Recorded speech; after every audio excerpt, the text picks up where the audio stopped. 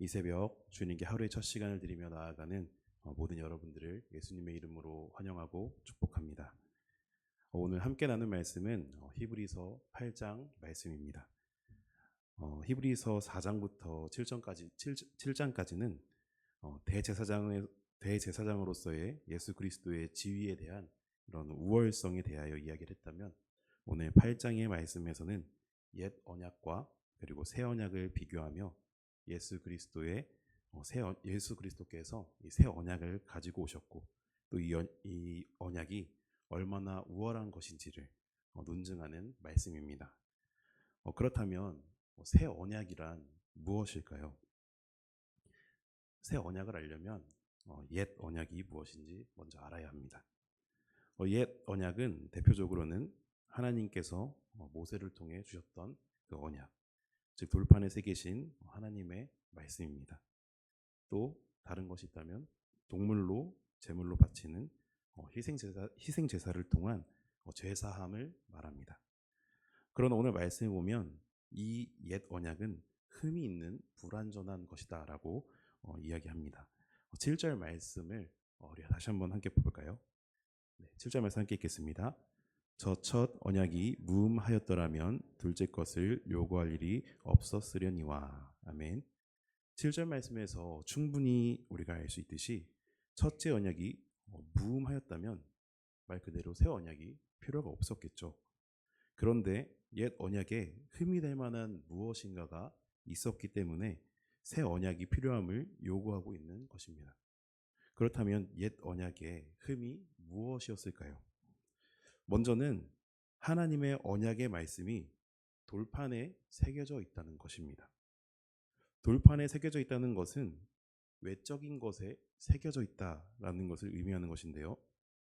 우리가 소중한 것을 보호하거나 지키기 위해서는 이것을 안전한 곳에 두죠. 특히 남들 손에 닿지 않는 곳에 보관하게 됩니다. 그런데 외부에 그것을, 소중한 것을 그냥 두게 되면 어떠한 손상이 생기거나 분실할 수도 있는 것처럼 이 돌판에 새겨진 옛 언약 또한 그랬다라는 것입니다. 돌판에 새겨진 언약은 충분히 지워지거나 또 없어질 수도 있는 것이었죠. 이것은 두 가지 의미에서 그렇습니다. 첫 번째는 이 돌판에 새겨진 언약은 실제로 돌이라는 것에 이제 기록되어 있던 것이었습니다. 그래서 깨질 수도 있는 것이었고요. 또 훼손될 수도 있었고 또 잃어버릴 수도 있었음을 의미합니다. 이런 의미에서 불완전한 것이었죠. 두 번째로는 돌판에 새겨진 이 언약은 외적으로 새겨진 것으로서 이스라엘 백성들 각 개인에게 새겨진 하나님의 말씀이 아니었다라는 것입니다. 다시 말해 이 돌판에 새겨진 말씀은 이스라엘 백성들이 보기에 그저 모세가 하나님께 받아온 말씀, 그 말씀으로서 이스라엘 백성 각 사람들에게 준 하나님의 말씀으로 받아들여지지 않고 다른 누군가에 의해서 이 하나님의 말씀이 지켜야 할 명령으로 다가온 것이죠. 이스라엘 백성들은 어떤 내적인 변화가 없이 이런 외적인 명령을 통해서 하나님의 말씀을 받아들이게 되니 그것이 처음에는 그들에게 마음에 새겨진 것 같았지만 얼마 지나지 않아서 곧 손상되고 잃어버렸다라는 것입니다. 그렇기 때문에 이 돌판에 새겨진 언약은 불완전했다라고 말할 수 있습니다. 또 하나는 제사의 방법이 불완전했습니다. 구약에서는 자기의 죄를 사하기 위해서 어떻게 했어야 했죠? 제사를 드렸습니다. 동물을 통한 제사를 드렸죠. 그러나 이 역시 너무나도 불완전한 제사였습니다. 희생 제물로 드려지고 있는 이 동물도 불완전한 것이었고 또 그 제사를 드리는 제사장들 또한 완전하다고 할 수가 없는 존재였습니다. 그렇기 때문에 구약의 제사는 불완전한 제사가 될 수밖에 없었습니다. 그러나 새 언약은 다르다는 것을 보여줍니다. 새 언약은 이 모든 불완전한 것을 완전하게 수정하여 새롭게 우리들에게 주신 것입니다. 외적인 돌판에 새겨져 있던 옛 언약을 폐기시키고 마음에 새기는 새 언약으로 우리에게 주셨죠. 또한 구약의 제사와는 달리 완전한 존재이신 예수 그리스도께서 대제사장의 역할을 감당하시고 또 희생의 역할까지 감당하심으로 이 불완전했던 구약의 제사를 완전한 제사로 완성시키셨습니다. 이것이 얼마나 놀라운 은혜인지 모릅니다. 왜냐하면 언약을 주신 근본적인 이유가 무엇입니까? 하나님께서 우리에게 언약을 왜 주셨죠? 이 세상을 잘 살아가기 위해서 주셨습니까? 틀린 말은 아닙니다. 이 세상 또한 잘 살아갈 수 있도록 그 말씀을 주신 것이지만 근본적인 이유는 아니죠. 우리에게 언약을 주신 이유는 우리를 구원하기 위해서입니다.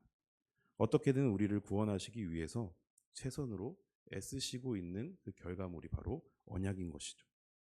우리가 구하기 전에 우리를 위해서 삼위 하나님께서 먼저 움직이셔서 이 언약을 주신다는 것이 얼마나 큰 놀라운 은혜입니까? 그렇다면 오늘 새롭게 주신 새 언약을 통해서 우리가 지금 얼마나 큰 은혜를 누리고 있는지 함께 나눠보고자 합니다. 우리가 누리고 있는 첫 번째 은혜는 이 새 언약을 돌판이 아닌 우리 마음 가운데 새겨 주신 것입니다. 말씀을 시작할 때 제가 언약을 주신 이유, 좀 전에 옛 언약에 흠이 있었기 때문이다 라고 말씀을 드렸는데요. 그런데 이 언약이라는 것은 그 누구도 아닌 하나님께서 우리 인간들에게 주신 것입니다. 그렇다면 이 언약 자체에 흠이 있다고 볼 수 있습니까? 아니죠. 하나님께서 주신 것입니다.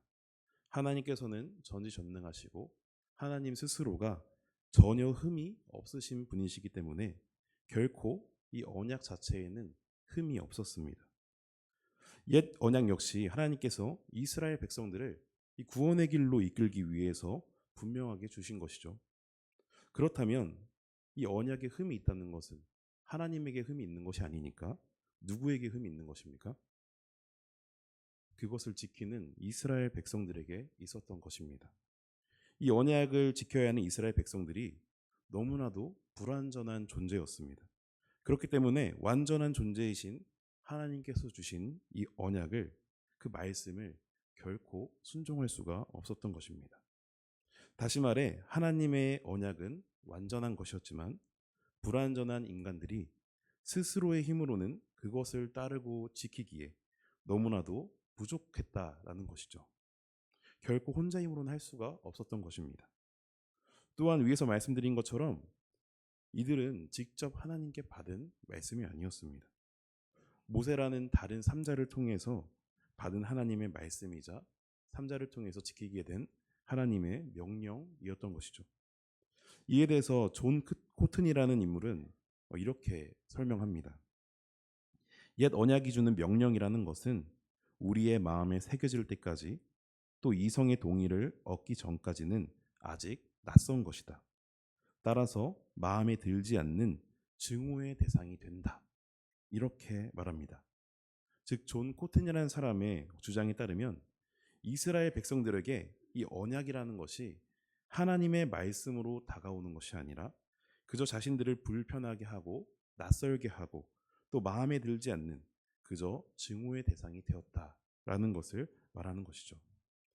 그런데 하나님께서 이스라엘 백성들에게 이렇게 돌판에 새겨진 말씀만 주셨겠습니까? 언약 외에도 아무리 거룩한 말씀을 주시고 또 갈 길을 인도해 주셔도 이 인간의 마음이라는 것이 또 둔하고 연약하기 때문에 결코 그 말씀에 순종할 수 없고 또 구원에 이를 수가 없었던 것이죠. 그래서 그 결과가 어떻게 되었습니까?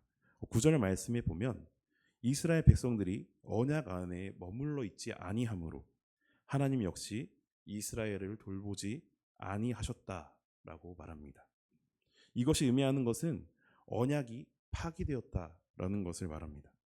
파기되었다는 것은 우리 인간과 하나님의 관계가 완전히 망가졌다라는 것을 의미하는 거겠죠. 그런데 하나님께서는요, 또 놀라운 은혜로 저에게 다가오십니다. 또 먼저 손을 내밀어 주십니다. 이미 하나님께서는 구원을 받을 수 있는 방법을 분명하게 주셨지만 모든 인간들을 사랑하시기에 또다시 새로운 언약, 지킬 수 있는 언약을 주신 것입니다. 옛 언약은 불완전한 백성들이 결코 스스로의 힘만으로는 그 언약을 지킬 수 없으니 이제는 지킬 수밖에 없는 새로운 방법을 택하시게 된 것이죠. 그 방법이 무엇입니까? 언약을 돌판이 아닌 우리의 마음에 새기시는 것이었습니다. 이 언약을 지킬 수밖에 없도록 각 개인에게 그 마음 가운데 임재하셔서 다스려 주시는 것입니다. 하나님의 말씀을 하나하나 마음 가운데 새겨 주시는 방법을 선택하신 것이죠. 10절의 말씀을 보면 새 언약을 마음이 기록한다, 마음에 기록한다라고 하셨는데, 이 기록한다에 사용된 단어 에피그랍소라는 단어입니다. 이 단어는 어떤 것 위에, 표면 위에 철필 등으로 새기거나 먹으로 기록하다라고 합니다. 즉 새 언약은 이 마음이라는 표면 위에 하나님에 의하여 하나님의 법이 기록된다라는 것이죠.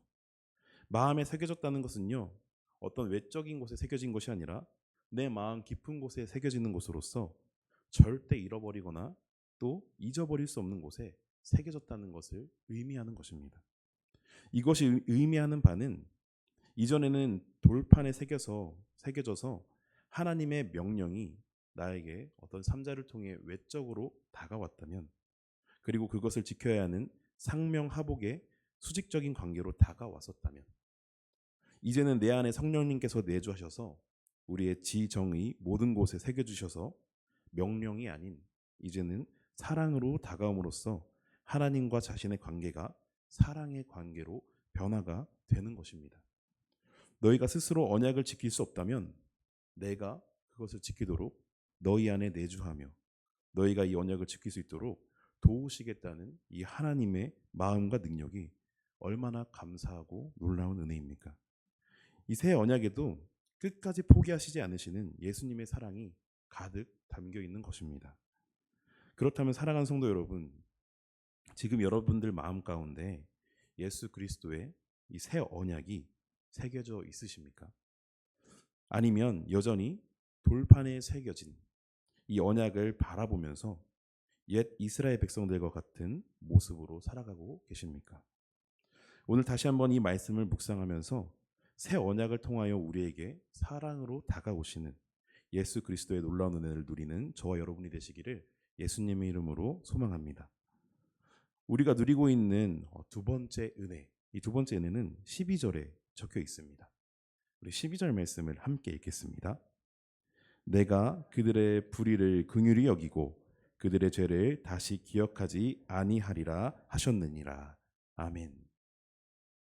네, 두 번째 역시 엄청나게 놀라운 은혜입니다.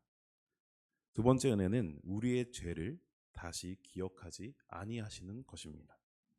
이 말씀을 읽는데 문득 신과 함께라는 영화가 생각이 났습니다.